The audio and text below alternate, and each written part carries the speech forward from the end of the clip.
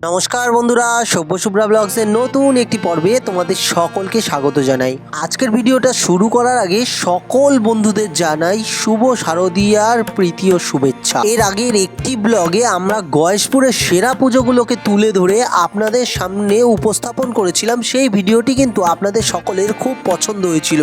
সেই মোতাবেক এবার আমরা কাঁচরাপাড়ার সেরা 5টি পুজোর আজ কিন্তু প্যান্ডেলে পরিদর্শনে বেরিয়েছি এবং তা আপনাদের কাছে তুলে ধরতে চলেছি। তবে রাস্তায় আমরা পড়লাম ভীষণভাবে বৃষ্টির কবলে। দেখতে পাচ্ছেন কি হারে বৃষ্টি হচ্ছে চারিদিকে। আমরা সমস্ত লোক কিন্তু রাস্তায় এভাবেই দাঁড়িয়েছিলাম এই কল্যাণী ব্রিজের আগে, ব্রিজের তলায়, যেখানে ঠাঁই না নিলে আমরা হয়তো ভিজেই যেতাম। বৃষ্টিটা সামান্য একটু ধরতেই আমরা বেরিয়ে গেলাম রথতলার পুজোর উদ্দেশ্যে। হ্যাঁ, রথতলাটা কল্যাণীর মধ্যে আসলেও আমরা কিন্তু কাঁচরাপাড়ার দিক দিয়ে ধরলে এটা বেশি সুবিধা হয়। দেখো কি বৃষ্টি হচ্ছে, কাদা। এই যে দাঁড়াও, এখানে দাঁড়াও। এই যে কল্যাণী রথতলার পুজো মণ্ডপ, প্রেম মন্দির করা হয়েছে। আর এই যে প্রেমের দেবতা রাধা কৃষ্ণকে দেখতে পাচ্ছ তোমরা এখন। বৃষ্টির মধ্যে আমরা একেবারে রাস্তায়, এই প্রবল বৃষ্টির মধ্যে কোনো রকমে প্রচুর ভিড় ঠেলতে ঠেলতে আমরা রথতলার এই পুজো মণ্ডপের ভিতরে প্রবেশ করলাম। হ্যাঁ, প্রেম মন্দিরের ভিতরে প্রবেশ করলাম। আর প্রেম মন্দিরের ভিতরটা এতটাই সুন্দর করেছে যা একেবারে অকল্পনীয়। সত্যি কথা বলতে, যেখানে মিডিয়ার ঝলকানি আছে, যেখানে ব্লগারদের দাপাদাপি আছে, সেখানেই কিন্তু মানুষের ভিড় আছে। হ্যাঁ, কল্যাণী আইটিআইয়ের পাশাপাশি এই রথতলা মাত্র 10 মিনিটের দূরত্ব, অথচ রথতলায় কিন্তু সেই আন্দাজে ভিড় কিছুটা হলেও কম। এর কারণ হলো এখানে সেই ঝলকানিটা নেই। তবে আপনাদের বলি, আপনারা একবার যান রথতলায়। আমার এই ভিডিও যতদূর পৌঁছবে, যারা দেখতে পাবেন একবার রথতলার এই ঠাকুরটি দেখুন, মণ্ডপটি দেখুন, আপনারা নিরাশ হবেন না। এত সুন্দর কাজ, এত সুন্দর কারুকার্য এই প্যান্ডেলের মধ্যে করা হয়েছে, যা অন্যতম নিদর্শন হয়ে থাকবে আপনাদের মনের মধ্যে। হ্যাঁ, সত্যি এটা একদম সত্যি কথা যে অরিজিনাল প্রেম মন্দিরকে ফুটিয়ে তোলা হয়েছে। তবে মানুষের আমি উৎসাহ দেখছিলাম, এত প্রবল বৃষ্টির মধ্যেও কিন্তু মানুষ কাতারে কাতারে বেরিয়েছে এক একটা পুজো মণ্ডপ ভ্রমণ করার জন্য। সত্যি একটা কথা বলতে, আপনি যতই ইমোশনাল কথা বলুন, বাঙালি দুর্গাপুজোর সাথে কোনো ইমোশনের কোনো চ্যালেঞ্জ হয় না। সব ইমোশন এখানে ফিকে হয়ে যায়। এখনো দেখুন অনেক কাজ কিন্তু বাকি রয়েছে প্যান্ডেলের, ওই যে দেখা যাচ্ছে।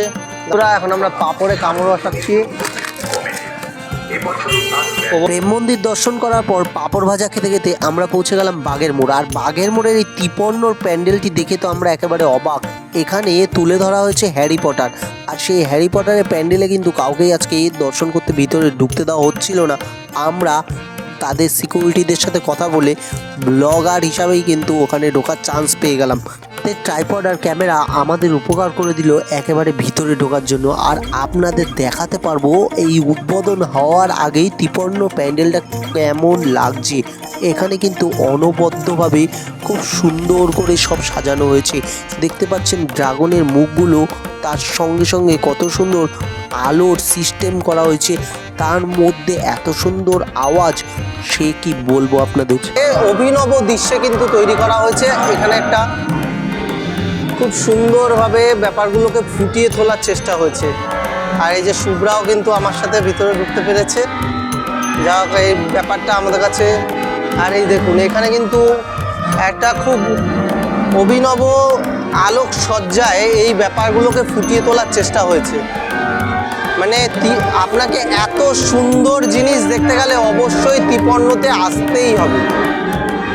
এর সাথে রয়েছে অসাধারণ কিছু সাউন্ড, যেগুলো এছাড়াও দেখুন, এই যে দেখুন এর মুখটা হা হয়ে যাচ্ছে, আবার কিছুক্ষণের মধ্যে বন্ধ হয়ে যাচ্ছে।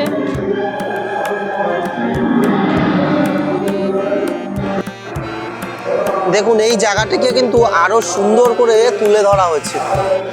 এই জায়গাটি আরো সুন্দর করে তুলে ধরা হয়েছে। মায়ের প্রতিমা, কত সুন্দর লাগছে মায়ের প্রতিমা, দেখতে পাচ্ছেন আপনারা। উপরে একটা মোমবাতি স্টাইলে কিন্তু সমস্ত প্যান্ডেলটাকে তৈরি করা হচ্ছে।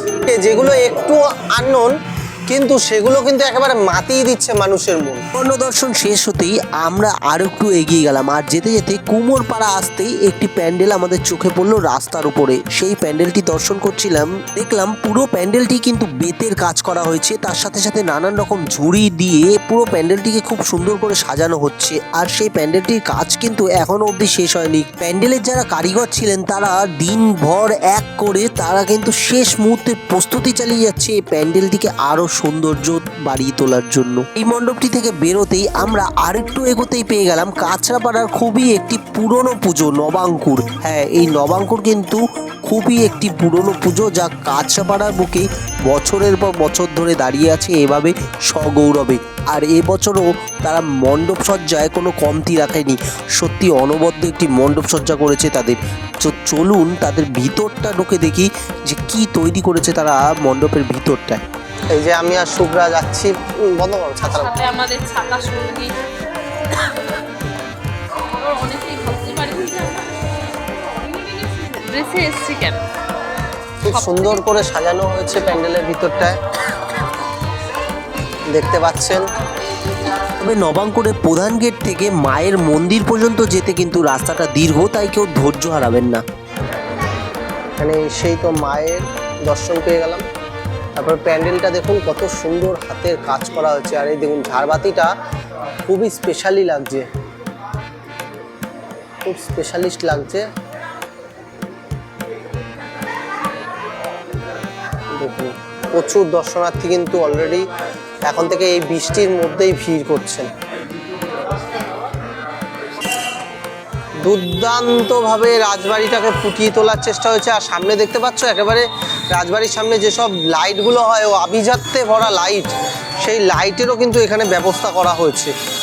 তা একটা দুর্দান্ত বিষয়। কলকাতায় যদি আপনি এই পুজোর সময় যান তাহলে অনেক বনেদি বাড়ির পুজো দেখতে পারবেন, আর দেখতে পারবেন রাজবাড়িগুলি কিন্তু এরকমই সুন্দরভাবে সাজানো থাকে। সত্যি কাঁচরাপাড়ার বুকে এত সুন্দর রাজবাড়ি দেখতে পাবো তা কিন্তু আমি কল্পনাই করতে পারিনি। আর রাজবাড়িটা কিন্তু অনবদ্য সাজিয়েছে তারা, একেবারে মনে হচ্ছে ভিতরে ঢুকে যে আমি অরিজিনাল কোনো রাজবাড়ির ভিতর প্রবেশ করছি। আসলে কল্পনার জগৎকে না অনেক সময় বাস্তবের থেকেও বেশি সুন্দর রং দেওয়া যেতে পারে, তা কিন্তু এই এক একটা থিম পরিচয় করিয়ে দিচ্ছে। আর আপনারা এখন যে জায়গাটায় ঢুকছেন এটা সম্পূর্ণরূপে একটি রাজবাড়ির ভিতরের জায়গা যেরকম হয় সেইভাবে কিন্তু দরজা জানলা উপরের যে ব্যালকনি সেগুলো সেইভাবেই তৈরি করা হয়েছে, আর দুর্দান্ত লাগছে। বিশ্বনাথ স্মৃতিসংঘের পুজো মণ্ডপটি দর্শন শেষ করেই আমরা চলে গেলাম সিধা ষোলরপল্লির উদ্দেশ্যে। আর যেতে যেতে রাস্তায় এই সুন্দর আলোকসজ্জা দেখে আমাদের মনটা একেবারে দুর্গাপুজো করে উঠলো। উফ, জয় মা। এই মুহূর্তে আমরা এসে উপস্থিত হয়েছি কাঁচরাপাড়া ষোলরপল্লী। আর এই ষোলরপল্লী কিন্তু একদম কাঁচরাপাড়া স্টেশনের পাশে একটি বিখ্যাত পুজো। সারা জীবন এই পুজোটি খুব ধুমধাম করেই কিন্তু হয়ে এসেছে। আর এইখানে এই প্যান্ডেলটি কিন্তু টোটাল একটা আলোকসজ্জার উপরে এত সুন্দর লাগছে, যা একেবারেই কিন্তু অভিনব লাগছে। দুরন্ত একটা প্যান্ডেলের রূপ দেওয়া হয়েছে এখানে। আর এই যে জলের প্রতিবিম্ব যে পড়ছে, এত সুন্দর লাগছে, তা দেখার মতো। এরপরেই আমরা একদম ষোলরপল্লী প্যান্ডেলের ভিতরে প্রবেশ করলাম, আর ভিতরে দেখলাম খুব সুন্দর করেই কিন্তু সাজানো হয়েছে মায়ের মণ্ডপটি। সত্যি কথা বলতে প্রত্যেক বছরের পরম্পরা কিন্তু বজায় রেখেছে ষোলরপল্লীর এই প্যান্ডেলটি। আর এমন সুন্দর সুন্দর প্যান্ডেলের ছবি আর ভিডিও দেখতে আমাদের এই পেজটিকে কিন্তু আপনাদের ফলো করে দিতে হবে, আর ইউটিউবে চ্যানেলটিকে সাবস্ক্রাইব করে আমাদের পাশে থাকতে হবে। আর অনেক অনেক লাইক করে দিয়ে আমাদের এই ভিডিওগুলো শেয়ার করে দিন, নালে এত সুন্দর সুন্দর ভিডিওগুলো আপনাদের দেখাবো কিভাবে বন্ধুরা। এই ছিল কাঁচরাপাড়ার স্পেশাল 5টি পুজো, যা আপনাদের কাছে এই ভিডিওর দ্বারা আমরা তুলে ধরলাম। আগামী পর্বে নতুন কিছু পর্ব নিয়েই আসতে চলেছি, যেখানে আরও নতুন নতুন সজ্জায় থাকবে নানান রকম মণ্ডপ। আর নতুন নতুন ভিডিও দেখতে লাইক করে ফলো এবং সাবস্ক্রাইব করে দিন। আর আমরা কিন্তু আজকের ভিডিওটা শেষ করলাম এক চুমুক লস্যির দ্বারা। বাই।